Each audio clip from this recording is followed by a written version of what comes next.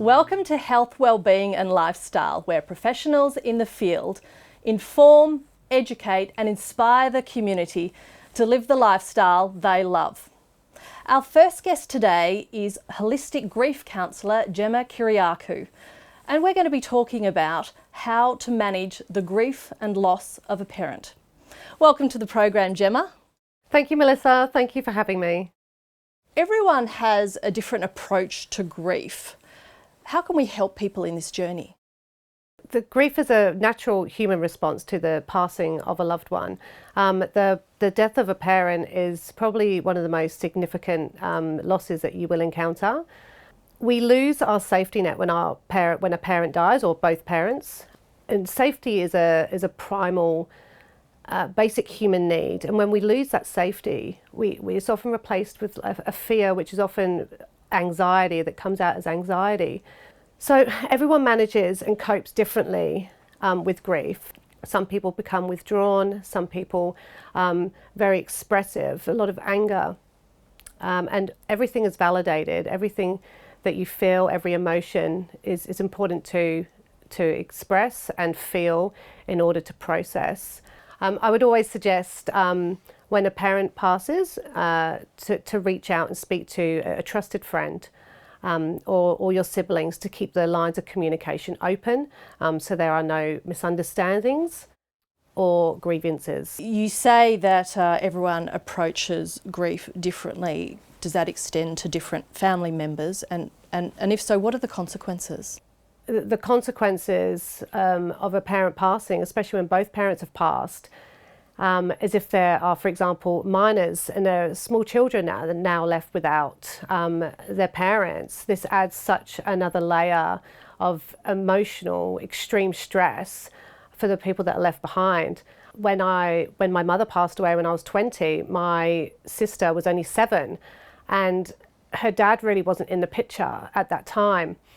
So I was left with not a great support system and having to navigate all the legal complexities and go through the correct channels in what was going to happen to, my sister that was only 7 years old, which added an extreme amount of pressure to myself that was only 20 years old and really didn't know how to navigate that.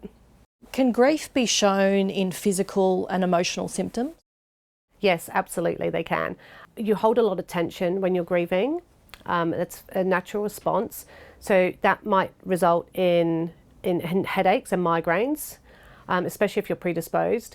Being tense in the back area, which will result in soreness, muscle tension, which is often a sign of not feeling supported in that time of your life. Grief is very much held in the lungs. So that will come across with shortness of breath, that will show up as anxiety, that will show up as a panic attack, for example, when it's really just a stored, an intense stored emotion that needs to be released and it's trying to come out. With the anxiety, this is a very common symptom of the passing of a loved one because of such of the unknown of what is now going to come into your life. And if we don't keep on top of the anxiety, then we can start coming into depression. So it's very important to start recognizing what you're feeling and to reach out to people to keep those lines of communication open so we don't spiral and we don't go into a depression. So depression, it's a very common side effect of the passing of a loved one, especially a parent. There's so much unknown. So with depression, it may show up as self-isolation, it will show up as intrusive thoughts, lack of motivation, really just wanting to hide away and just a lack of interest in life in general, which it can be quite normal in a short term, but if this prolongs, this is when we need to seek out professional help and guidance. There can be cultural expectations and cultural consequences with the passing of a parent. Many cultures, religions require things to be done systematically, and now the siblings that are left behind may not necessarily agree with that. Also, with cultural expectations, it's not the done thing to be expressive or talk about how you're feeling. I think what is most important here is to acknowledge the person that has passed and recognise exactly what they would have wanted, and we have to leave our ego and our own personal beliefs at the door and recognise the person that's passed, what they would have wanted for themselves in this moment. Again, very important to recognise those feelings and recognise those emotions and seek advice and guidance from, a trusted friend or a professional. Talking about advice, what advice would you give to people dealing with grief? My advice for anyone dealing with grief is to, one, just be kind to yourself. It really is a time where you need to allow yourself a lot of grace, recognise and feel into the emotions and the feelings that you are feeling in your body. We want to stop these feelings from being trapped and stored because they can manifest. We want to help release them for our overall mental and physical well-being. So absolutely consult a friend. It really is about keeping the lines of communication open, because we can self-isolate. We can just hide away. And that might be good in the short term, but long term it's detrimental to our overall health and well-being. And of course, seeking out a counsellor that specialises in this niche and someone that can understand exactly what you're feeling and help guide you through processing and navigating all the feelings and emotions that you are experiencing. There are also free support lines out there for you to call on demand, for example, Lifeline. Thanks, Gemma. That's been really informative. Thank you, Melissa. If you'd like to know more about how to manage the grief and loss of a parent and Gemma, go to her webpage on our website, healthwellbeingandlifestyle.com.au. After the break, we'll have another guest with an interesting topic.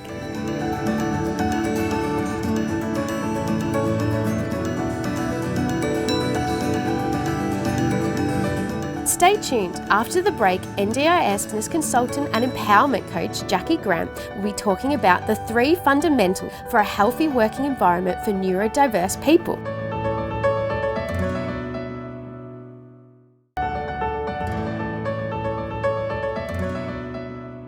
Welcome back. Our second guest today is Jacqui Grant. She's an NDIS business consultant and empowerment coach. And the topic we'll be discussing today is the 3 fundamentals for a healthy workplace environment for neurodiverse people. Welcome, Jacqui. Hi, thanks for having me. Jacqui, please list for us the 3 fundamentals for a healthy workplace environment for neurodiverse people. In the workplace, so many people who are neurodiverse or have neurodivergent traits, it comes with a lot of challenges. So one of the first things is that they are understood, like really understood for what they require as an individual. Number 2 is that the work environment is willing and able to support them. So for example, for some people, feeling overstimulated. It can be such a challenge with too many lights, too much noise. It can be quite distracting. For some people, dyslexia is a problem, but they can still do their job. They just require maybe voice to text to help them as a spell check, little things like that. As that continues to be evolving, so some days traits are really good, like for example, hyper-focused, got the job done. Other days, nope, can't remember what those instructions were 5 minutes ago. Got part of it, but not all of it. So as a workplace creates those changes for the person, and they don't have to be expensive, the person can feel more comfortable and engaging in their job, and importantly, enjoy their job, which helps them to mask less, helps them to increase their energy and be a big part of the team. And the third thing is that they are having some allowances for those times when they're just not coping. For example, if they're triggered with what is commonly known as a meltdown. So it could just be going into overwhelm and needing to be able to walk away, going to a quiet place, being able to get up and leave their workstation to have that time out. Could be a walk around the park, it could be a walk outside, it could simply just taking some time away from everybody to feel calm, centered and grounded. How does understanding the individual help? So when it comes to being neurodiverse, everybody's unique, just as everybody's unique that's neurotypical. In the workplace though, if you understand each individual's requirements who are neurodiverse, and we focus on that more because it can be very overwhelming and confronting for the person who has neurodivergent traits. So when you understand as an employee, as well as the manager, as well as the co-worker, that your person that you work with has these uniqueness, these traits that they may need to follow.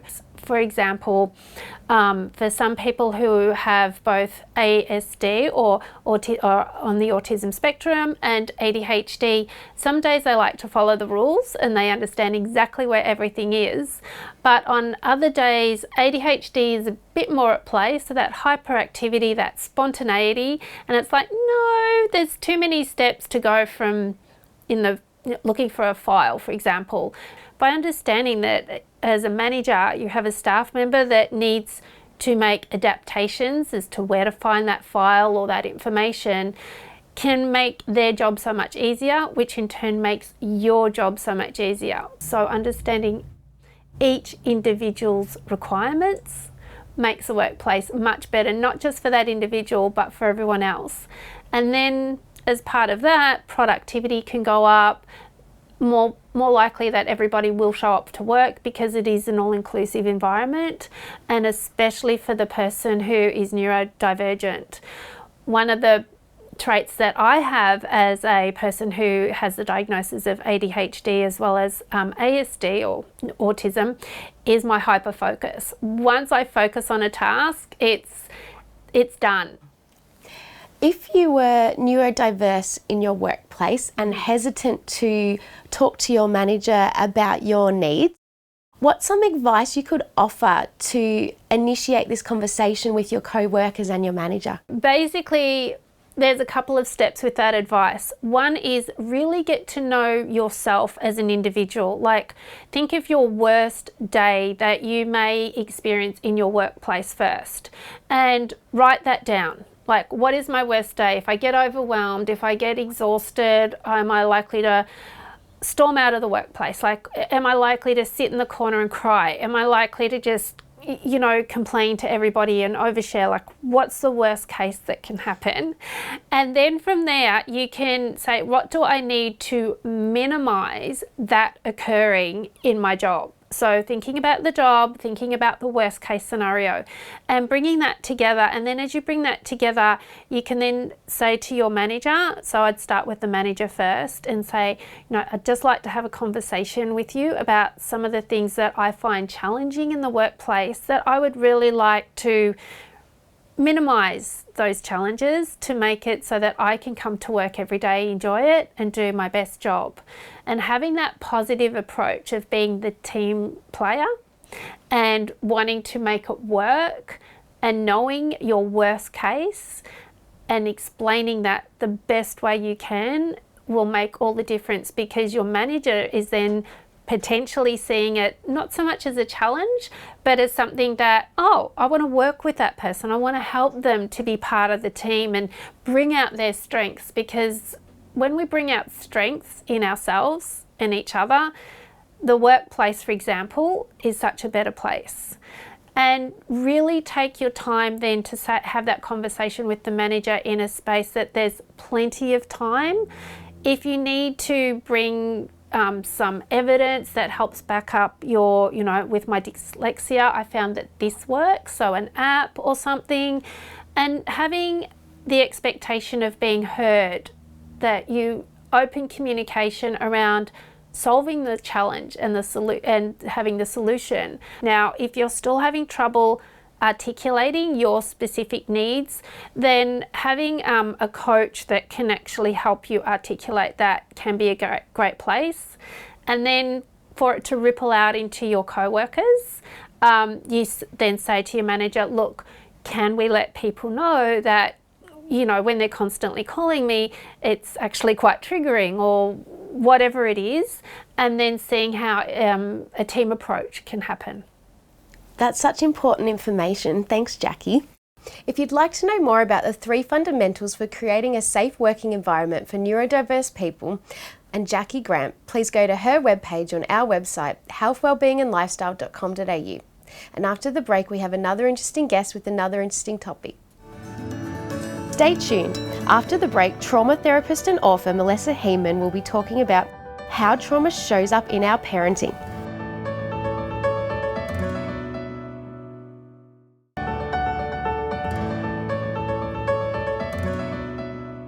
Welcome back. Our last guest, Melissa Hiemann, is a trauma therapist and author, and the topic we'll be discussing today is how trauma affects our parenting. Welcome, Melissa. Hello, thanks for having me on. Thanks for coming.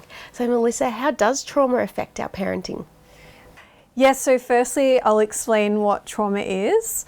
So trauma and in relation to parenting is usually ages 0 to 7, where we have a very strong emotional response where we feel very scared or very stressed out, but we don't have someone safe there with us to help us process that, or we feel like we're trapped and that energy can't move through our body and it gets stuck in our body, and it can cause behaviours, negative thoughts and flashbacks later in life. It can definitely affect our relationship in regards to that we have with our kids, our relationship with parenting, our relationship with another parent, you know, if we have a partner, because we're taught certain ways of how to be nurturing, we're taught certain ways of how to discipline a child, and we've received it in certain ways. And so that can impact what we do with our children, right? So for example, with me, my mum was left at a boarding school when she was 4 years old. And so she didn't have a lot of nurturing there. And so when she came to having me, it was really about, you know, in that generation, the food is on the table, roof over your head, and there wasn't much emotional support, and she would never sit down and play with me. And so for me personally, as a parent, I forgive her, and I understand that that's just the way that she was brought up. But then when it came to actually playing with my child, I actually found it very difficult, and that nurturing and playful side didn't come out naturally, and I had to really work on that. Another example is, say someone is very strict as a parent and they believe that hitting or that kind of discipline is good, even though they might be alcoholics because they have anxiety all the time and they're always worried about getting in trouble. Even as an adult, they're just like, well, that's the way I was parented, this is how I'm going to parent my kids. And that strictness, the child and the parent lose their bond and their connection and trust. And the kid just learns that I only get attention maybe when I'm doing something naughty. And that can really perpetuate the behaviour, and that could be generational. Then when that child becomes a parent, they could believe that the discipline in that way is the right thing to do. And then you can go on the other spectrum where a parent is just very carefree, the child is free range and let to do whatever they want to do. There's no structure, there's no guidance. As a parent should be a guide and a safe connection for that child. And then they might feel like a little bit lost, and they don't fit in anywhere, and they're not connecting with anyone. So there's like a real spectrum there of how trauma can affect us and how the way we were parented can affect how we parent our children. That makes a lot of sense. How do we be aware of our own personal trauma when we're parenting? So if you're a parent, you might know how triggering parenting can be. So for example, if your child is having a tantrum, right, and maybe growing up you weren't allowed to cry, you were told to shut up if you cried.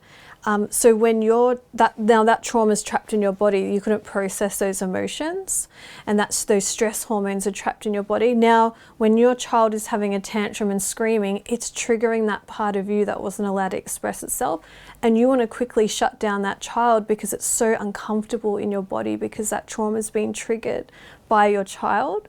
So instead of telling the child to shut up and stop crying, we can become a bit more self-aware and think, this is feeling very uncomfortable for me, and just getting curious about that and being there for your child and being really present rather than being really stuck in how you're feeling and perpetuating that generational trauma that could happen if generation after generation they were told, like, shut up, don't cry.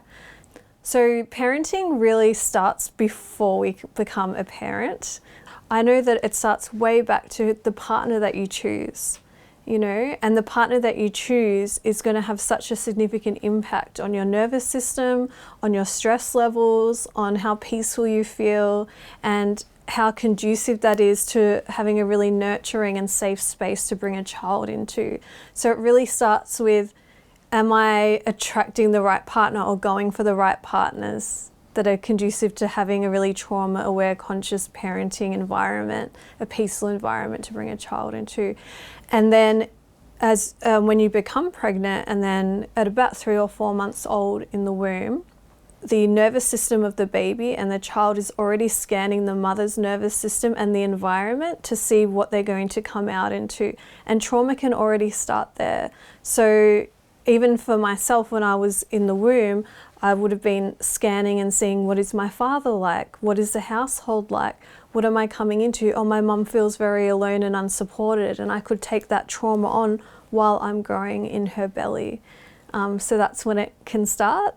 And then ages 0 to 7, a child's body, even if they don't consciously remember, remembers every single thing. So when you let your baby cry it out, when you hit a toddler, when these things happen, when a child is watching domestic violence or watching fighting, they're literally absorbing every single thing that is going on and what happens to them or what doesn't happen to them when they're not protected and abuse happens. And that's their blueprint for how they are going to be as an adult. And most of our personality is created ages 0 to 7. So the more traumas that there are, and there's a study called the ACE study where if there's violence in the house, alcoholism, abuse, neglect, the more likely someone is to have obesity issues or health issues, addictions, and issues in their own relationship.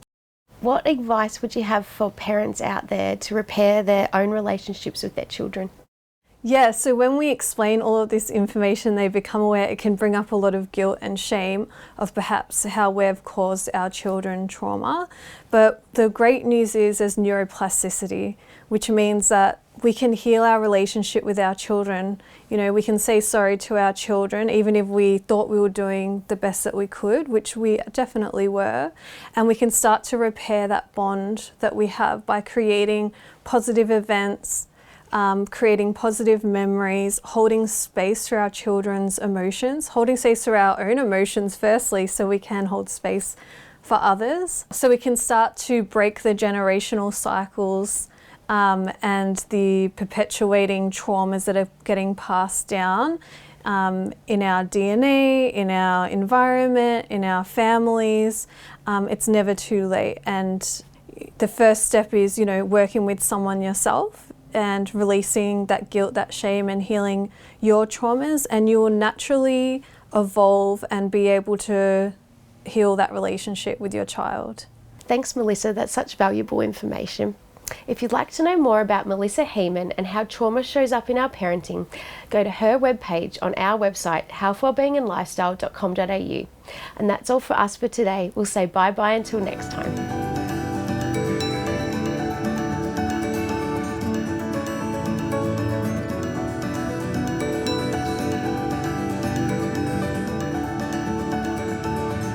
If you'd like to know more about our show, please like us on Facebook, follow us on Instagram, and subscribe to our YouTube channel.